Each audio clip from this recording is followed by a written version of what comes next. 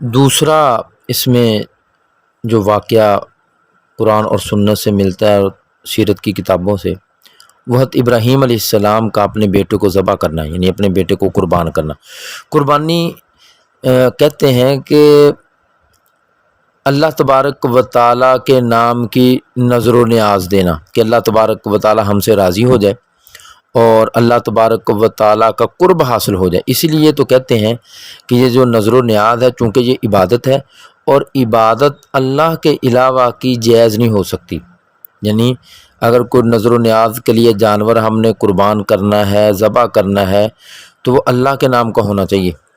کسی غیر اللہ کے نام پر نہ اس کو ذبح کر سکتے ہیں، نہ ہم وہاں پر ثواب کی نیت رکھ سکتے ہیں۔ بہرحال حضرت ابراہیم علیہ السلام کی ولادت باسعادت آج سے تقریباً 5000 سال پہلے ایک کلدان علاقہ تھا، یعنی بابل کا ایک مقام تھا، اس کو ار کہتے ہیں۔ ار موجودہ جو ہم جغرافیہ یعنی موجودہ جو حالات ہیں، جو شہروں اور ملکوں کو تقسیم کیا جاتا ہے، اس کے مطابق وہ عراق میں شامل ہے، اور بابل شہر جو ہے وہ بغداد، جو موجودہ بغداد ہے، اس سے تقریباً 60-70 میل دور آباد تھا اور بڑا متمدن شہر تھا۔ اور اس وقت جو بادشاہ تھا وہ نمرود ابن کنعان تھا اور بڑا ظالم تھا، اور یہ وہ شخص ہے کافروں میں سے جس نے پوری دنیا پر حکومت کی ہے۔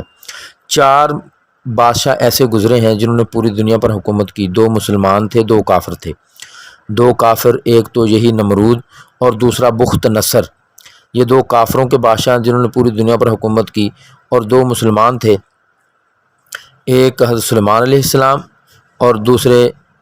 ذوالقرنین یا اسکندر اعظم بھی کہا جاتا ہے۔ یہ 2 مسلمان تھے جنہوں نے پوری دنیا پر حکومت کی ہے۔ بہرحال حضرت ابراہیم علیہ السلام جس زمانے میں پیدا ہوئے ہیں، اس وقت کلدانی تہذیب اپنے عروج پر تھی اور اسی کے مطابق لوگ اپنی زندگی گزر بسر کرتے تھے۔ حضرت ابراہیم علیہ السلام جو ہیں وہ ابو الانبیاء بھی ان کو کہا جاتا ہے اور ابو الموحدین بھی انہیں کہا جاتا ہے، یعنی توحید پر چلنے والوں کے باپ۔ حضرت ابراہیم علیہ السلام ان کو لقب خلیل اللہ ملا کہ اللہ تبارک و تعالیٰ کے دوست، تو اس اعتبار سے اللہ تبارک و تعالیٰ نے جو ان کو مقام و مرتبہ دیا ہے وہ انہی کا حصہ تھا۔ حضرت ابراہیم علیہ السلام جو ہے وہ بڑے بڑے امتحانوں سے گزرے، کبھی اپنے گھر بار کو چھوڑا، شہر کو چھوڑا، اپنے باپ کو چھوڑا، پھر یہ کہ ان کو آگ میں پھینکا گیا، اللہ تبارک و تعالیٰ کی مدد شامل حال رہی اور ان تمام امتحانوں سے وہ کامیاب ہو کر گزرے۔ تو ان اتنے امتحانوں کے بعد اللہ تبارک و تعالیٰ نے ان کو خلیل اللہ کا رتبہ دیا ہے۔ ابھی تو اور بھی امتحان باقی تھے کہ حضرت ابراہیم علیہ السلام کو وہاں سے حکم ہو گیا ہجرت کرنے کا، تو وہاں سے یعنی اپنے جو آبائی شہر تھا وہاں سے نکلے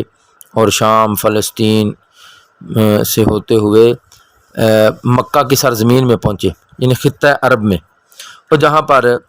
حضرت ہاجرہ سلام اللہ علیہا کو اور حضرت اسماعیل علیہ السلام کو چھوڑا،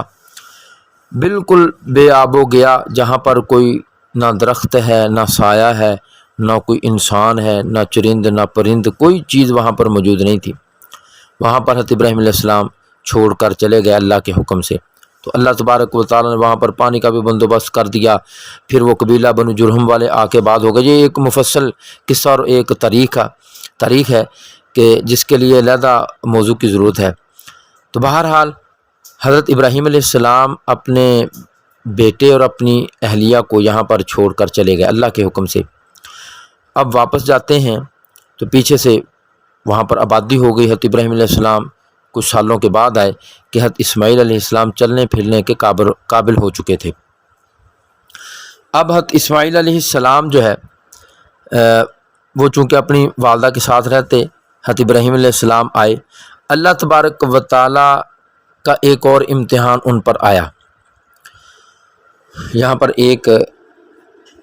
عقیدے کا مسئلہ یا یوں کہہ لو کہ اصولی مسئلہ یاد رکھیں کہ نبی جو ہوتے ہیں وہ گناہوں سے پاک ہوتے ہیں،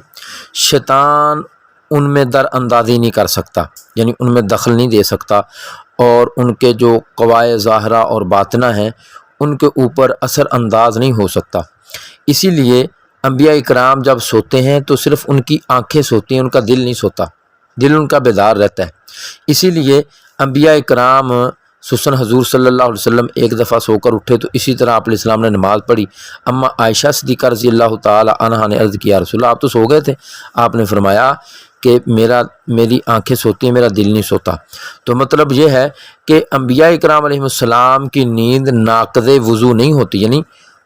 ہم اگر سو جائیں نا ایک سیکنڈ کے لیے بھی ہم سو گئے تو ہمارا وضو ٹوٹ گیا، لیکن انبیاء اکرام علیہ السلام کا وضو نہیں ٹوٹتا چونکہ ان کا دل جاگتا رہتا ہے۔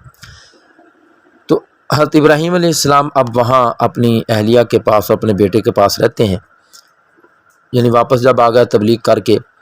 تو اب وہیں رہتے ہیں۔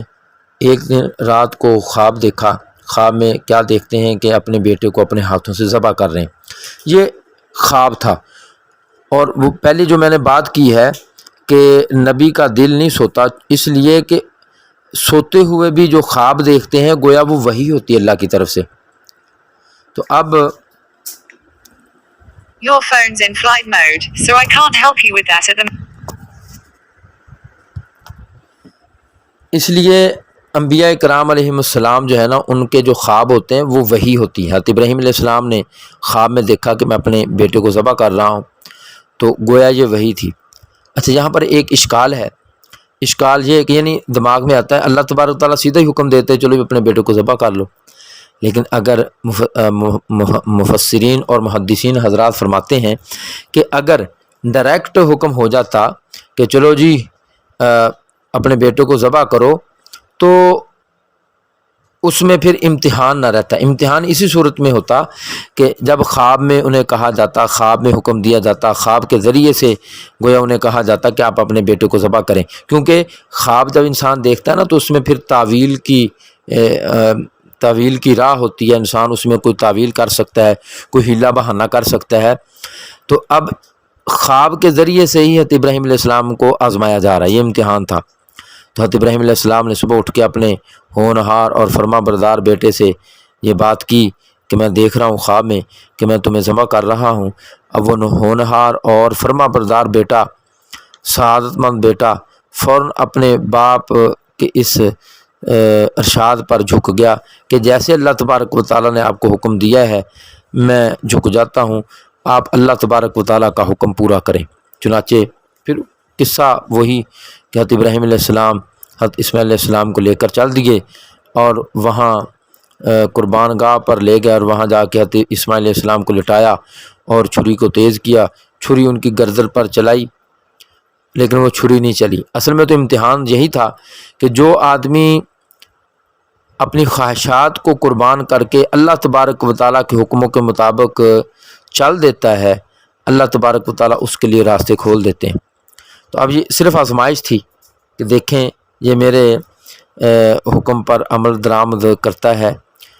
تو حضرت ابراہیم علیہ السلام نے اللہ کے اس حکم کو پورا کیا تو اللہ تبارک و تعالیٰ نے اس چھری کی وہ صلاحیت جو کاٹنے کی تھی وہ ختم کر دی۔ جیسا کہ حضرت ابراہیم علیہ السلام کو جب آگ میں پھینکا گیا، حالانکہ آگ کا کام ہے جلانا، لیکن اللہ تبارک و تعالیٰ کے حکم سے اس آگ نے حضرت ابراہیم علیہ السلام کا ایک بال بھی نہیں جلایا۔ تو اسی طرح چھری کا کام ہے کاٹنا، لیکن اللہ تبارک و تعالیٰ کی طرف سے اس کی وہ صفت سلب ہو گئی، ختم ہو گئی، تو چھری نے نہیں کاٹا۔ تو بالآخر وہ ایک آسمان سے جنت کا دمبا آیا جس کو ذبح کر دیا گیا، اور یوں یہ قربانی کی گویا ایک تاریخ۔ صحابہ کرام نے حضور صلی اللہ علیہ وسلم سے پوچھا یا رسول اللہ یہ قربانی کیا ہے؟ آپ علیہ السلام نے فرمایا وہ تمہارے باپ ابراہیم علیہ السلام کی سنت ہے۔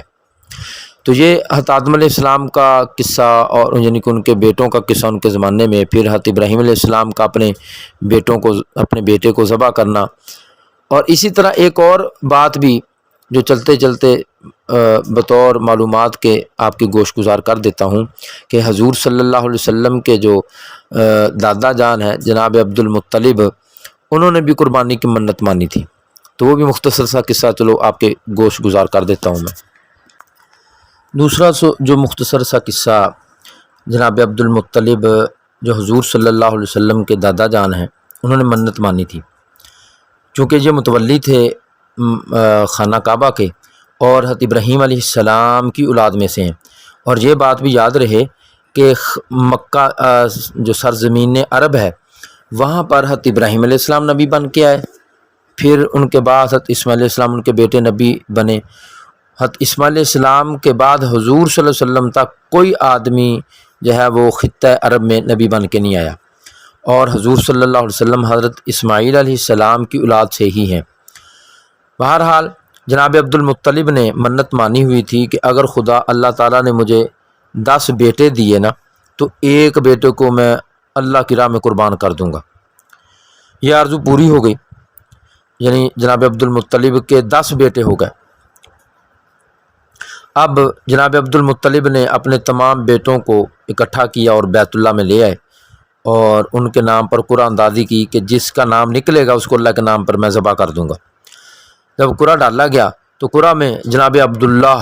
کا نام نکلا جو حضور صلی اللہ علیہ وسلم کے ابا جان ہیں رضی اللہ عنہ۔ تو اب یہ جناب یعنی حضرت عبداللہ جو حضور صلی اللہ علیہ وسلم کے والد ہیں ان کے نام پر قرعہ نکلا، اور یہ سب سے چھوٹے تھے، اور ادھر جناب عبد المطلب کے دل کے اندر جذبہ ابراہیمی موجود تھا، اس لیے اپنے بیٹے کو ساتھ لیا اور قربان گاہ کی طرف چلے گئے کہ وہاں جا کے میں عبداللہ کو جو ہے نا وہ ذبح کرتا ہوں۔ تو عبداللہ کی بہنیں رونے لگیں اور 2 صحاباب بھی روکنے لگے، یہ کیا کر رہے ہو کہ ایک اپنے بیٹے کو خود ذبح کر رہے ہو؟ تو انہوں نے سب نے یہ کہا، یعنی جناب عبد المطلب کی بیٹیاں اور حضرت عبداللہ کی بہنیں، انہوں نے کہا کہ اور جناب عبد المطلب کے جو دوست تھے انہوں نے کہا کہ آپ ایسا کریں کہ ان کی جگہ فدیہ دے دیں، ان کو ذبح نہ کریں، ان کی جگہ فدیہ دے دیں۔ تو وہ مان گئے، انہوں نے کہا چلو ٹھیک ہے۔ اب یہ طے ہوا کہ فال نکالتے ہیں، یعنی وہ قرعہ اندازی سے نکالتے ہیں، تو 10 اونٹ، ایک طرف عبداللہ کا نام اور ایک پرچی پر 10 اونٹ لکھے ہوئے تھے، تو پھر عبداللہ کا نام نکلا، 10 اونٹ اور بڑھا دیے، 20 اونٹ اور عبداللہ کا نام، پھر عبداللہ کا نام نکلا، یوں کرتے کرتے کرتے ادھر 100 اونٹ ہو گئے پرچی پر لکھے ہوئے، اور دوسری طرف حضرت عبداللہ رضی اللہ عنہ کا نام تھا۔ تو 100 اونٹ جب ہو گئے تو پھر قرعہ جو ہے وہ اونٹوں کے نام کا نکلا، بالآخر پھر 100 اونٹ صفا اور مروہ کے درمیان ذبح کیے گئے،